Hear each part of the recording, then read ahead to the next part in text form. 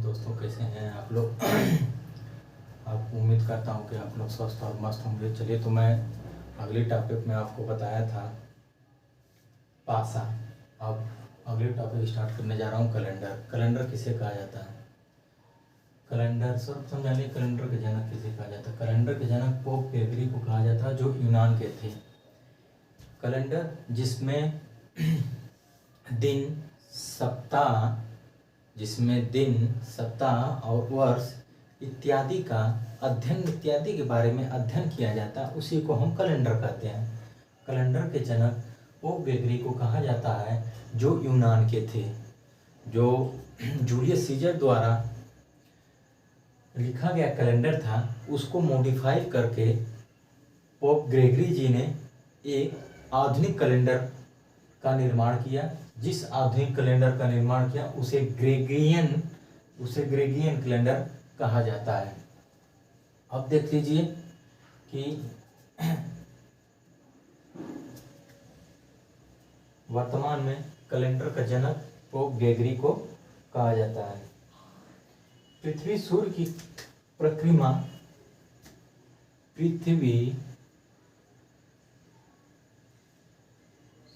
सूर्य की परिक्रमा पृथ्वी सूर्य की परिक्रमा 365 दिन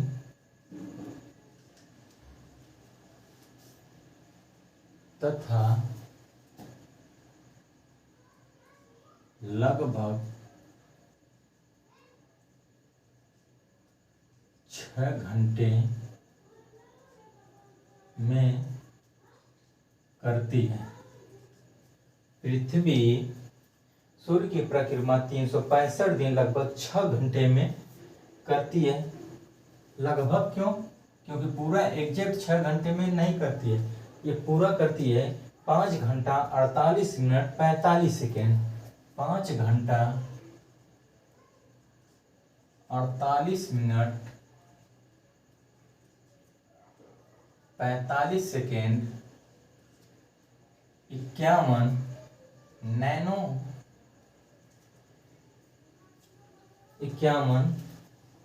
नैनो सेकेंड का समय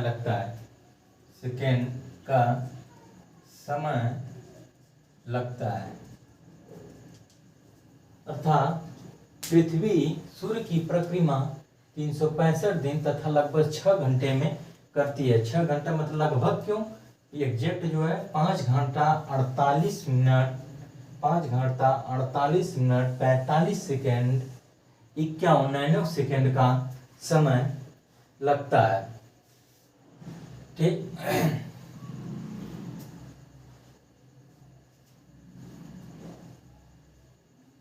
अब पृथ्वी के घूर्णन गति के कारण ही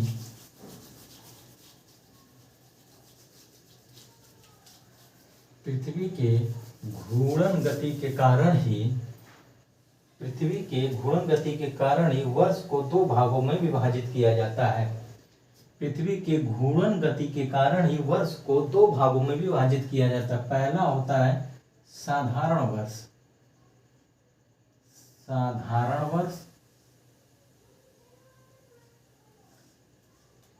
साधारण वर्ष वे वर्ष होते हैं जो 4 से पूर्णतः विभाजित न हो। साधारण वर्ष वे वर्ष होते हैं जो 4 से पूर्णतः विभाजित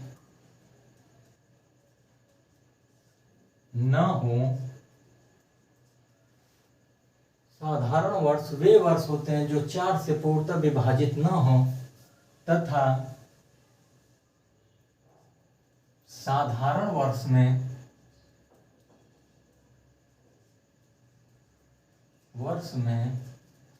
365 दिन,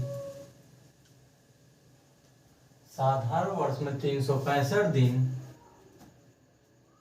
तथा फरवरी 28 दिन की होती है। साधारण वर्ष वे वर्ष होते हैं जो 4 से पूर्णतः विभाजित न हो, साधारण वर्ष कहलाते हैं, तथा साधारण वर्ष में 365 दिन तथा फरवरी जो है 28 दिन की होती है।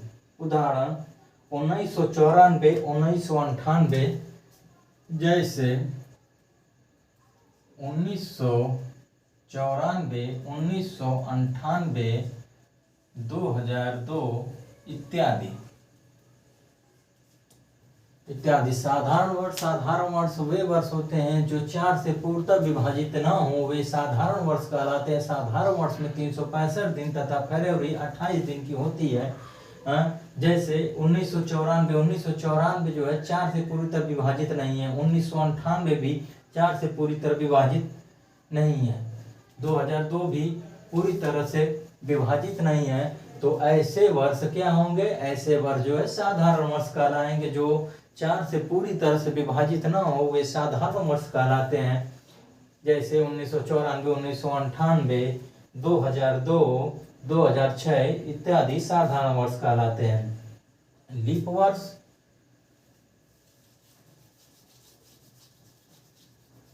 लीप वर्ष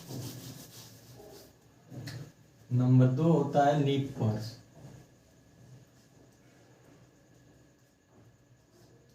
वे वर्ष जो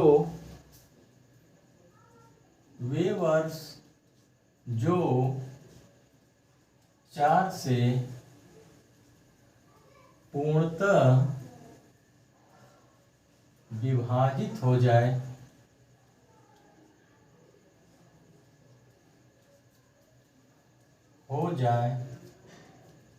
उसे लीप वर्ष कहते हैं। वे वर्ष जो 4 से पूर्णतः विभाजित हो जाए उसे लीप वर्ष कहते हैं। इसमें वर्ष 366 दिन का तथा फरवरी 29 दिन की होती है। वे वर्ष जो 4 से पूर्णतः विभाजित हो जाए उसे लीप वर्ष कहते हैं। इसमें वर्ष 366 दिन का तथा फरवरी 29 दिन का होती है। जैसे उदाहरण ले लो 1992, 1996, 2004 इत्यादि। 1992, 1996, 2004 इत्यादि। अर्थात देख लीजिए, वे वर्ष जो 4 से पूर्णतः विभाजित हो जाए उसे लीप वर्ष कहते हैं। इसमें वर्ष 366 दिन का तथा फरवरी 29 दिन की होती है। जैसे 1992 देखिए 4 से पूरी तरह विभाजित है, 96 भी 4 से पूरी तरह विभाजित, 2004 इत्यादि। ये सब कैसे वर्ष होते हैं? लीप वर्ष। अब आता है शताब्दी वर्ष। शताब्दी वर्ष। शताब्दी वर्ष किसे कहा जाता है? शताब्दी वर्ष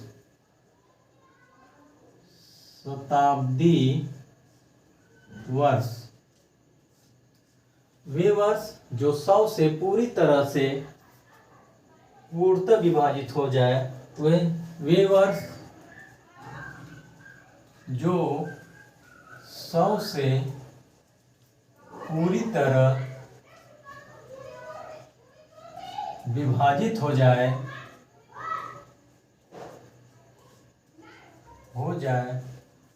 उसे हम वे वर्ष जो 100 से पूरी तरह विभाजित हो जाए उसे हम शताब्दी वर्ष कहते हैं।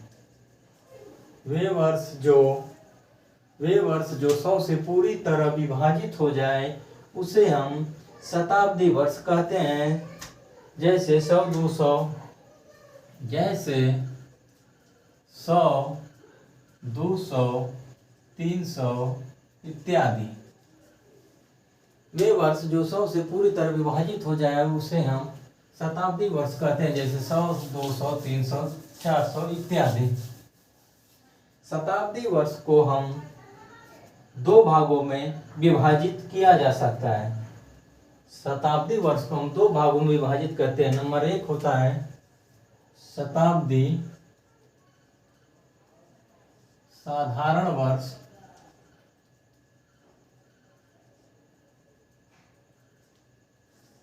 नंबर 1 होता है शताब्दी साधारण वर्ष। वे शताब्दी वर्ष जो 400 से पूर्णतः विभाजित न हो, वे शताब्दी वर्ष दिवस जो 400 से पूर्णतः विभाजित न हो, वे शताब्दी वर्ष जो 400 से पूर्णतः विभाजित न हो शताब्दी साधारण वर्ष कहा जाता है। न हो शताब्दी साधारण वर्ष कहते हैं। वे शताब्दी वर्ष जो 400 से पूर्णतः विभाजित न हो शताब्दी साधारण वर्ष कहते हैं। फॉर एग्जाम्पल 400, जैसे 100, 200 वे शताब्दी वर्ष जो 400 से पूर्णतः विभाजित न हो शताब्दी साधारण वर्ष कहलाते हैं। जैसे 100, 200, 300, जैसे 100, 200, 300, 500 इत्यादि। वे शताब्दी वर्ष जो 400 से पूर्णतः विभाजित न हो शताब्दी साधारण वर्ष कहलाते हैं। जैसे 100, 200, 300, 400, 500 इत्यादि। अब होता है नंबर 2 आता है शताब्दी, नंबर 2 आता है शताब्दी लीप वर्ष। लीप वर्ष, शताब्दी लीप वर्ष। वे शताब्दी वर्ष जो 400 से पूर्णतः विभाजित हो जाएं, वे शताब्दी वर्ष जो 400 से पूर्णतः विभाजित हो जाए, जो 400 से पूर्णतः विभाजित हो जाए उसे शताब्दी लीप वर्ष कहते हैं। जैसे 400, 800, 1200 इत्यादि। वे शताब्दी वर्ष जो 400 से पूर्णतः विभाजित हो जाए उसे शताब्दी लीप वर्ष कहा जाता है।